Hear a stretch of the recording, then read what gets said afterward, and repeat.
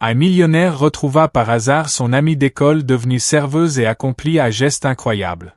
C'est l'histoire de la manière dont un simple verre de vin brisé détruisit des fiançailles valant plusieurs millions et poussa un homme d'affaires prospère à revoir toute sa vie. Diego Moral signait le contrat le plus important de sa carrière lorsqu'il aperçut, dans un restaurant, une femme qu'il n'avait pas vue depuis 8 ans, son premier amour, aujourd'hui une simple serveuse. Mais pourquoi le regardait-elle avec tant de douleur et de colère? Et que signifiaient ces mots, « Si tu m'aimais vraiment, où étais-tu toutes ces années pendant que je mourais de solitude ?» Cette rencontre avec le passé allait déclencher une chaîne d'événements qui obligerait le millionnaire à choisir entre l'argent et le véritable amour. Le bruit d'un verre qui se brisait résonna dans tout le restaurant El Mirador, plongeant les clients dans le silence. Diego Moral leva les yeux de ses documents, censés lui rapporter 50 millions de dollars, et aperçut un visage qui hantait ses rêves depuis 8 ans. « Excusez-moi, Sonore, je vais tout nettoyer », dit précipitamment la jeune femme en ramassant les morceaux d'un précieux verre de vin rouge. Camila Santos. Sa Camila. Son premier amour, sa meilleure amie d'enfance, la femme pour laquelle il aurait autrefois tout sacrifié. Elle était maintenant agenouillée devant sa table, vêtue de l'uniforme de serveuse, les mains tremblantes d'émotion. « Señorita Santos. » La voix tranchante du gérant coupa le silence. C'était déjà le 2e verre cassé cette semaine. Le montant serait déduit de son salaire. Diego contemplait ce visage familier, n'en croyant pas ses yeux. 8 ans plus tôt, Camila étudiait à l'Institut de médecine. Il faisait des projets d'avenir, rêvait d'une famille et d'une maison au bord de l'océan. Et maintenant, elle nettoyait ses débris. « Luis, inutile de hausser la voix », intervint Diego en se levant. « C'est juste un accident. » Camila leva brusquement les yeux. On y lut d'abord la reconnaissance, puis la surprise, puis une douleur vive. « Diego », murmura-t-elle. « Bonjour, Camila. » 8 longues années s'étaient écoulées depuis le jour où il avait pris l'avion pour Miami, lui promettant de revenir dans 1 an, de l'emmener avec lui dès qu'il serait installé, lui assurant que la distance ne changerait rien. Une seule promesse avait été tenue, il était revenu, mais pas après 1 an, après 8 ans, et pas pour elle. Il revenait à Bogota en homme d'affaires accompli, négocier avec des investisseurs coréens. « Sonore Moral », dit timidement le gérant. « Si vous connaissez notre employé. »« Nous sommes de vieux amis », le coupa Diego sans quitter Camila des yeux. « Et je veux payer ce verre. »« Ce n'est pas nécessaire, » dit-elle rapidement en se redressant. « Je paierai moi-même. »« Camila, c'est Señorita Santos pour vous, » ajouta-t-elle froidement. Sa voix vibrait d'une douleur qui serra le cœur de Diego. Il voulut répondre, expliquer, mais les hommes d'affaires coréens commençaient à s'impatienter. « Monsieur Moral, dit Monsieur Pak, chef de la délégation, peut-être devrions-nous reprendre la discussion du contrat. » Diego acquiesça, mais ses pensées n'étaient pas à cette transaction de 50 millions. Il regarda Camila s'éloigner vers la cuisine, tentant de garder la tête haute malgré l'humiliation. Le reste du repas se déroula comme dans un brouillard. Il signa les documents préliminaires, fixa un rendez-vous pour le lendemain, serra des mains. Mais une seule idée le hantait, Camila était là, à Bogota, serveuse dans un restaurant. Qu'était-il advenu de son rêve de devenir médecin? Où était ce sourire qui illuminait autrefois ses journées? Et surtout, pourquoi le regardait-elle comme s'il était son pire ennemi? Après le départ des Coréens, Diego appela le gérant. « Luis, dis-moi, Camila, Señorita Santos, travaille ici depuis longtemps. » Depuis environ 2 ans, Sonore Moral. C'est une bonne fille, mais parfois distraite. Sa mère est malade. Elle partage son temps entre ce travail et les cours du soir à l'Institut de médecine. Ainsi, elle poursuivait tout de même ses études. Cela rassura un peu Diego. Et où est-elle maintenant? Son service est terminé. Elle est probablement rentrée chez elle. Diego remercia le gérant et sortit. Bogota l'accueillit dans son chaos familier, les klaxons, les cris des marchands ambulants, l'odeur du maïs grillé. Mais ce soir-là, sa ville natale lui semblait différente. 8 ans plus tôt, il en était parti jeune, ambitieux, plein de projets. Il revenait millionnaire et retrouvait la seule femme qu'il ait jamais vraiment aimée, agenouillée à ramasser des éclats de verre. Le soir, dans sa chambre de l'hôtel Andina, Diego n'arrivait pas à se concentrer sur son travail. Debout à la fenêtre, il contemplait les lumières de la ville et se souvenait. Le collège Santa Maria, dans le quartier de Chapinero. Lui avait 14 ans, elle 13. Il était le fils d'une vendeuse, elle la fille d'un chauffeur de taxi. Tous deux issus de familles modestes, mais pleins de rêves d'un avenir meilleur. Camila le défendait toujours contre les moqueries de ses camarades à cause de ses vêtements usés. Elle lui disait, « Dieguito, ne fais pas attention. Un jour, tu seras le plus brillant d'entre nous. » Et il la croyait, car dans ses yeux brillait une telle certitude qu'il finissait par croire en lui-même. À 16 ans, ils formèrent un couple, à 18 ans, ils étaient les meilleurs amis et les amants. Ils projetaient ensemble d'entrer à l'université, puis de se marier, de construire une maison dans les collines de Bogota, d'avoir des enfants. Mais après la fin du lycée, tout changea. La mère de Diego tomba malade d'un cancer et il n'y avait pas d'argent pour la soigner. Son oncle de Miami lui proposa alors un emploi dans son entreprise de construction. « Viens pour un an, dit-il, tu gagneras assez pour ta mère et pour toi. » Camila soutint sa décision. « Pars, Dieguito, je t'attendrai. Et à ton retour, nous nous marierons et réaliserons tous nos rêves. » Il partit avec la promesse de revenir au bout d'un an. Mais sa mère mourut 6 mois plus tard, et son oncle lui proposa de rester pour développer l'entreprise. Puis vinrent de nouvelles opportunités, de nouveaux projets. Camila l'appela pendant la première année, mais peu à peu les appels se firent plus rares, puis cessèrent. Il se disait que c'était mieux pour elle, qu'elle devait vivre sa vie sans l'attendre indéfiniment. Mais la vérité, c'est qu'il avait eu peur, peur de la responsabilité, peur de ne pas être à la hauteur de ses attentes. En 8 ans à Miami, il bâtit un empire. Son entreprise de construction, Moral Développement, était devenue l'une des plus grandes du sud de la Floride. Il achetait des terrains, construisait des condominiums pour les riches, gagnait des millions et pensait toujours qu'un jour, il retournerait en Colombie pour retrouver Camila. Mais dans ses rêves, elle restait la même étudiante en médecine, pleine d'espoir et de projets, alors qu'en réalité, elle était devenue une serveuse épuisée qui le regardait comme un traître. Le téléphone sonna, interrompant ses souvenirs. Sur l'écran apparut le nom d'Isabelle Vega, sa fiancée, fille d'un investisseur affluent de Carthagène. « Bonjour, mon amour. » La voix mélodieuse d'Isabelle débordait de tendresse. « Comment s'est passé le déjeuner avec les Coréas ? » « Bien, nous avons signé les documents préliminaires. »« Parfait. Mon père sera ravi. Cet accord va faire de toi l'un des promoteurs les plus influents d'Amérique latine. » Isabelle était la fiancée idéale pour un homme de sa position, belle, instruite, issue d'une bonne famille. Leur mariage devait avoir lieu dans 3 mois à Carthagène, et ils prévoyaient de passer leur lune de miel en Europe. « Diego, tu m'écoutes » La voix d'Isabelle rompit le fil de ses pensées. « Oui, excuse-moi, je suis fatigué. Repose-toi, mon amour. Demain t'attend une journée importante, et après-demain tu seras de retour à la maison, et nous poursuivrons les préparatifs du mariage. » Après cet appel, Diego se sentit encore plus mal. Il se mentait à lui-même et à elle. Isabelle était une femme merveilleuse, mais il ne l'aimait pas. Il allait l'épouser par intérêt. Son père pouvait lui ouvrir les portes du grand monde des affaires à travers toute l'Amérique latine. Mais son cœur appartenait à une autre, à cette femme qui avait ramassé les éclats de verre sous ses yeux et dont le regard douloureux lui avait brisé le cœur.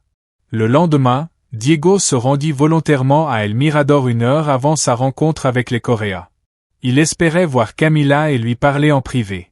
Elle servait une famille avec 2 enfants près de la fenêtre. De loin, Diego l'observait sourire aux enfants, les aider à choisir un plat, expliquer le menu avec patience. Dans ces moments-là, il retrouvait l'ancienne Camila, douce, attentionnée, aimant les enfants. Lorsque la famille partit, il s'approcha d'elle. « Camila, puis-je te parler ? » « Je travaille, » répondit-elle sans lever les yeux. « S'il te plaît, juste 5 minutes. » Elle le regarda, et il retrouva dans ses yeux la même douleur que la veille. « D'accord, mais pas ici. » Ils sortirent sur la terrasse du restaurant, calme et déserte. « Pourquoi es-tu revenu, Diego ? » demanda-t-elle sans détour. « Pour affaires. Je signe un contrat. Ça, je le sais. Tout le restaurant parle de ce client important qui conclut un marché de 50 millions. Je demande, pourquoi es-tu revenu dans ma vie? Je ne savais pas que tu travaillais ici. Bien sûr que non. 8 ans sans avoir la moindre nouvelle de moi. Sa voix débordait d'amertume. Diego resta sans mots. Camila, je peux expliquer. Expliquer quoi? Que tu m'as menti. Que tu avais promis de revenir et que tu n'es jamais revenu. Que tu m'as oublié dès que tu as vu l'occasion de faire fortune. Ce n'est pas ça. Alors quoi? Elle se tourna vers lui, les larmes aux yeux. Où étais-tu quand je travaillais 16 heures par jour pour payer mes études? Où étais-tu quand ma mère était à l'hôpital et que nous n'avions pas d'argent pour ses soins? Où étais-tu, Diego? Il voulut dire quelque chose, se justifier, expliquer. Mais que pouvait-il répondre? Qu'il avait bâti un empire à Miami pendant qu'elle luttait pour survivre? Qu'il s'apprêtait à épouser une autre pendant qu'elle servait des tables? J'ai pensé à toi chaque jour, dit-il enfin. Enfin, penser. Et alors? On ne paie pas ses dettes avec des pensées, Diego. On ne soigne pas les malades avec des pensées. Camila, s'il te plaît. Retourne à tes Coréens et à tes millions. Laisse-moi en paix. Elle fit volte-face et retourna vers le restaurant. Diego la suivit des yeux, comprenant qu'il l'avait perdue pour toujours, et que c'était uniquement de sa faute. 3 jours plus tard, Diego devait s'envoler pour Miami, mais il n'arrivait pas à quitter Bogota. Chaque jour, il se rendait à El Mirador, commandait un café et observait Camila. Elle évitait soigneusement son regard, servait d'autres tables, et lorsque c'était inévitable, elle s'adressait à lui avec un sourire froidement professionnel. Sonore Moral, qu'allez-vous commander? Elle parlait d'un ton qui le réduisait à un simple client, et non à l'homme qu'elle avait jadis aimé plus que tout. Le jeudi, il ne tint plus. Camila, il faut que je te parle. Sérieusement. Mon service se termine à 10 heures. Retrouvons-nous après, au parc Simon Bolivar. Mais ce sera la dernière fois, Diego. Le parc était presque désert à cette heure tardive. Camila arriva à 10h30, encore vêtue de son uniforme de serveuse, le visage marqué par la fatigue d'une longue journée. Parle, dit-elle en s'asseyant sur le banc à côté de lui. Je sais que j'ai mal agi, que je t'ai fait souffrir, mais je veux tout réparer. Avec une machine à remonter le temps? Camila, je ne t'ai jamais oublié, pas un seul jour. J'ai construit mon entreprise, j'ai gagné de l'argent, mais j'ai toujours pensé à revenir vers toi. Et qu'est-ce qui t'en empêchait? Demanda-t-elle d'une voix lasse. Les téléphones existaient, les avions volaient. Qu'est-ce qui t'arrêtait? Diego garda le silence. Comment lui expliquer sa peur? La peur de la décevoir, de se montrer indigne de son amour, de ne pas pouvoir lui offrir la vie dont ils avaient rêvé. J'avais peur, dit-il enfin. Peur de quoi? De ne pas pouvoir te rendre heureuse, de devenir un fardeau pour toi, comme à l'école. Camila se tourna brusquement vers lui. Tu n'as jamais été un fardeau pour moi. Jamais. Tu étais la personne la plus précieuse de ma vie. Tu étais, répéta Diego avec amertume. Passé. Oui, passé. Parce que le Dieguito que j'aimais n'existe plus. Il y a l'homme d'affaires Diego Moral, qui roule en voiture de luxe et signe des contrats à plusieurs millions. Mais le Dieguito de l'école est mort il y a 8 ans. Non, Camila, il est encore là, dit Diego en posant la main sur son cœur. Il aime toujours la fille qui le protégeait des brutes et croyait qu'il réussirait tout. Les larmes coulèrent sur les joues de Camila. Ne dis pas ça. Ne le dis pas. Pourquoi? Parce que ça fait mal. Parce que j'ai mis 3 ans à t'oublier. Et j'y étais presque. Presque? Oui, presque. Jusqu'au moment où tu es apparu dans ce restaurant. Ils restèrent assis côte à côte en silence, chacun perdu dans ses pensées. Finalement, Diego osa poser la question qui le tourmentait depuis leur première rencontre. Raconte-moi ta vie, ce qui s'est passé toutes ces années. Camila essuya ses yeux avec sa manche. Pourquoi veux-tu savoir ça? Je veux savoir. J'ai le droit de savoir. Le droit? Elle eut un sourire triste. Très bien, écoute. Et elle raconta. La première année après son départ, elle l'attendait, travaillait comme vendeuse dans un magasin de vêtements, économisait de l'argent pour ses études, vérifiait chaque jour son téléphone dans l'espoir d'un appel de lui. La deuxième année, elle comprit qu'il ne reviendrait pas.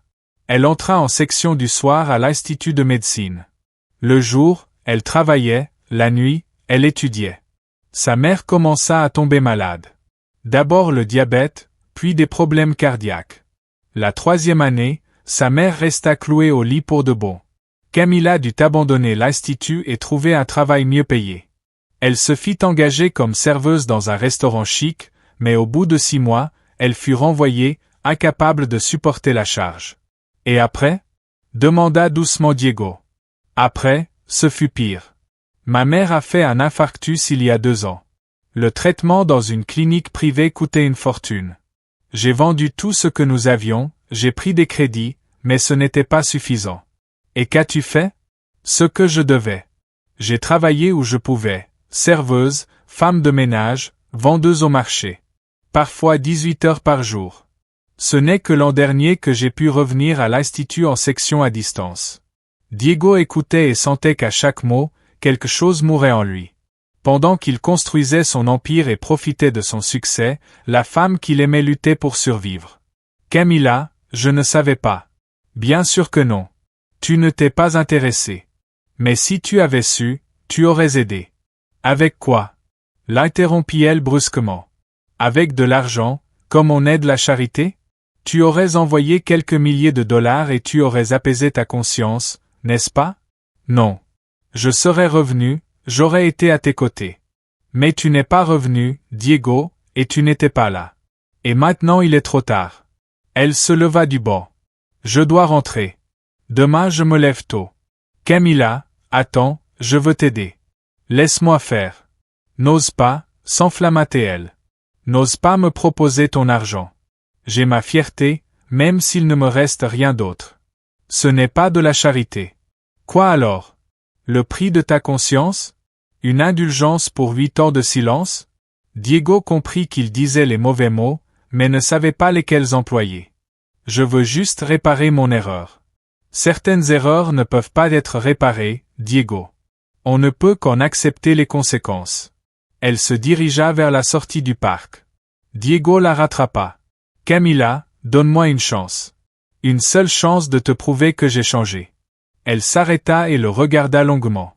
Et ta fiancée? Oui, je sais pour Isabel Vega. Toute Bogota est au courant du mariage prochain entre le millionnaire et la fille du magnate. Que vas-tu lui dire? Diego resta interdit. Il avait oublié que dans une ville comme Bogota, les nouvelles circulaient vite. Nous pouvons en parler? Non, Diego, nous ne pouvons pas. Tu as fait ton choix il y a 8 ans et tu continues de le faire chaque jour. Laisse-moi tranquille. Cette fois, elle partit, et il ne la suivit pas, car il comprit qu'elle avait raison. Il avait vraiment fait un choix et devait maintenant soit changer radicalement de vie, soit la laisser partir pour toujours. Le lendemain, au lieu de s'envoler pour Miami, Diego engagea un détective privé. J'ai besoin d'informations complètes sur la famille Santos, dit-il à Rodrigo Castro, un enquêteur expérimenté qu'on lui avait recommandé. Camila Santos et sa mère Mercedes. Leur situation financière, leur état de santé. Tout. Pourquoi vous faut-il ces informations, sonore moral? C'est une affaire personnelle. 2 jours plus tard, Rodrigo apporta un rapport détaillé. Ce que Diego lut le bouleversa. La mère de Camila était effectivement gravement malade. Diabète, hypertension, 2 infarctus ces 3 dernières années. Les soins dans la clinique privée Santa Fe coûtaient 12 000 $ par mois. La dette totale de la famille s'élevait à 87 000 $. Camila travaillait à 3 endroits, serveuse à El Mirador de 9h à 18h, professeur d'anglais pour enfants de 19 à 21h, et le week-end assistante en pharmacie. Elle dormait 4 à 5 heures par nuit. Et malgré tout, elle continuait ses études de médecine par correspondance. Il lui restait 1 an et demi avant d'obtenir son diplôme d'infirmière. Diego referma le dossier et comprit qu'il n'avait aucun droit à son pardon, mais qu'il avait le droit d'essayer de réparer au moins ce qui pouvait encore l'être. Diego agit prudemment. Il savait que Camila n'accepterait jamais une aide directe de lui, alors il décida de passer par des intermédiaires. Il contacta d'abord l'administration de la clinique Santa Fe.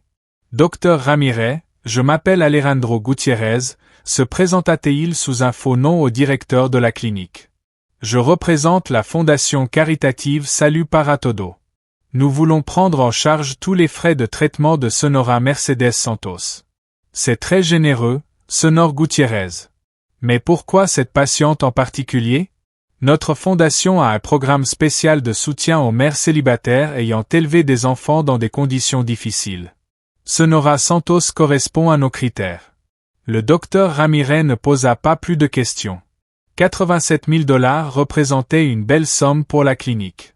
2 jours plus tard, Camila reçut un appel. Señorita Santos, nous avons une excellente nouvelle pour vous.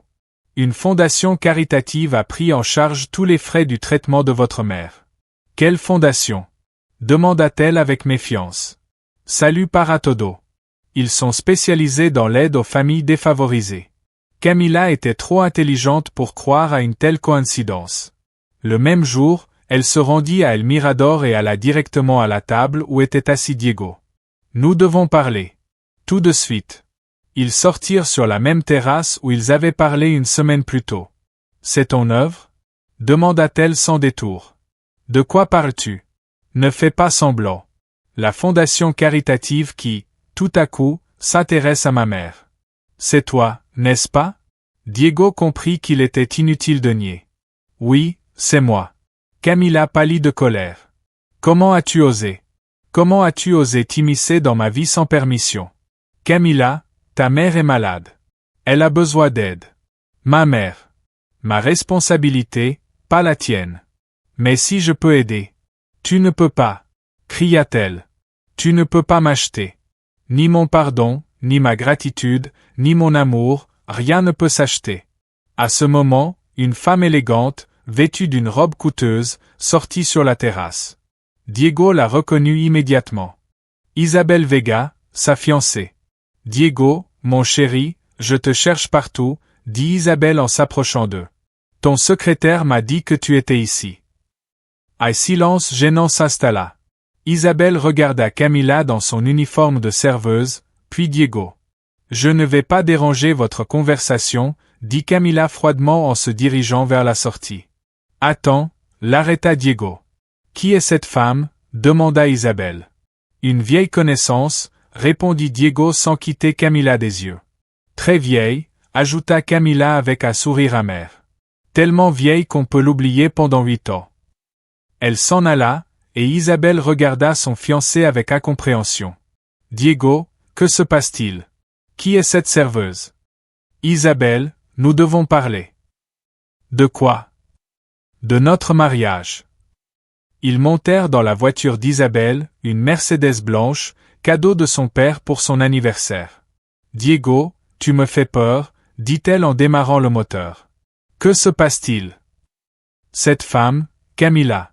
Nous nous connaissions dans notre jeunesse. Et alors? Nous nous aimions.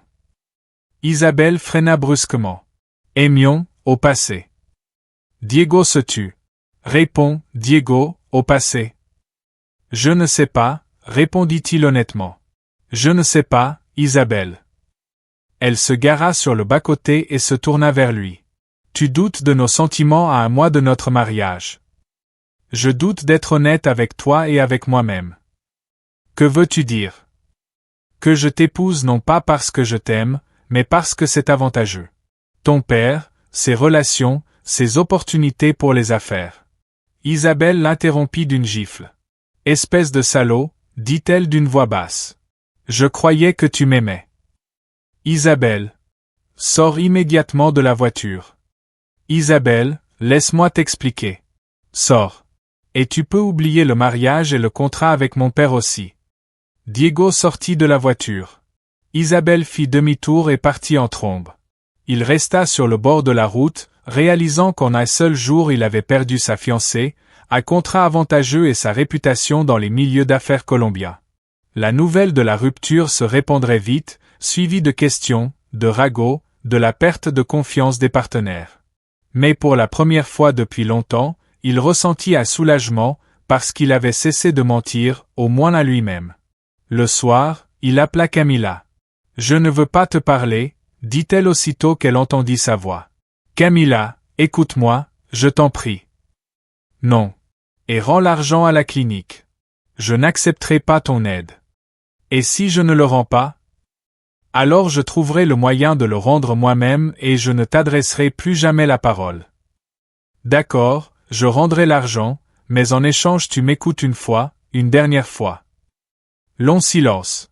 Où? Demanda-t-elle enfin. À notre ancien endroit. Tu te souviens? Bien sûr qu'elle s'en souvenait. Le Jacaranda dans le parc près de leur école. Là où il lui avait dit pour la première fois qu'il l'aimait.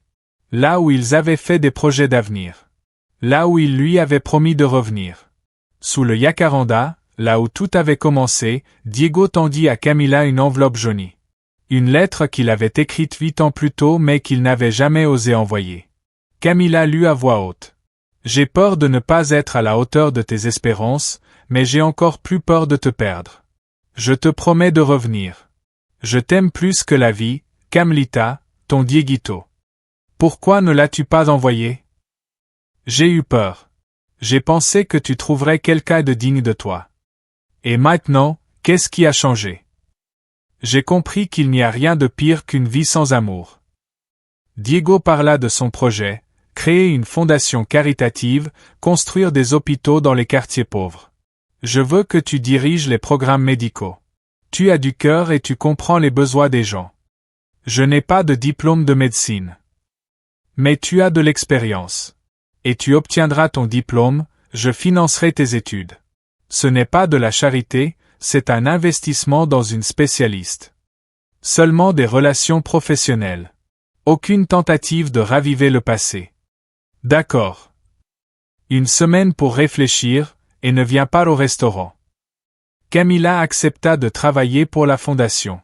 En 6 mois, ils lancèrent 3 programmes médicaux, et la vie de sa famille s'améliora. 2 ans plus tard, la fondation Nouvelle Espérance avait construit 3 hôpitaux et 5 écoles. Camila obtint son diplôme d'infirmière avec mention et devint la coordinatrice principale. Il travaillait de manière professionnelle, sans conversation personnelle, mais pour Diego, la voir chaque jour sans avoir droit à plus était une torture. Lors de l'inauguration d'un centre médical dans le quartier natal de Camila, ils restèrent seuls à ranger. « Nous avons accompli beaucoup, dit-elle. C'est notre réussite commune. » Sur le chemin du retour, une vieille chanson de Maná de leur bal de fin d'études jouait à la radio. « Laquelle de nos rêveries s'est réalisée ?» demanda Diego. « Tu as réussi. J'ai obtenu une éducation. Nous aidons les gens. Et laquelle ne s'est pas réalisée? Celle qui doit rester dans la jeunesse. » Devant sa maison, Diego proposa, « Demain, allons sous le Jacaranda, pour nous rappeler, comme des amis. Juste comme des amis, pendant 1 heure. » Sous le Jacaranda, Diego avoua, « Depuis 2 ans, je retombe amoureux de toi chaque jour. Donne-moi une chance. Accepte un rendez-vous, à seul, et nous verrons. » Leurs rendez-vous furent simples, café, promenade, conversation. La confiance revenait peu à peu. 6 mois plus tard, le jour de son anniversaire, Camila l'embrassa sous le Jacaranda. « Je suis prête à essayer, mais doucement. » Encore 1 an plus tard, Diego fit sa demande en mariage directement au travail, en montrant une simple bague en or. « Épouse-moi. Nous faisons une bonne équipe au travail et dans la vie. C'est par intérêt, par amour, fondé sur le respect et la confiance. » Le mariage eut lieu sous le Jacaranda, simple, sincère, entouré d'amis et de collègues. Pas de luxe, seulement l'amour de 2 personnes qui avaient retrouvé le chemin l'un vers l'autre. « Promets-moi de ne pas disparaître ?» demanda Camila. « Je le promets. Et toi, promets de ne jamais cesser de croire en nous. » Ils s'embrassèrent sous la pluie de pétales violets, comprenant que certaines histoires valent la peine d'être défendues toute une vie.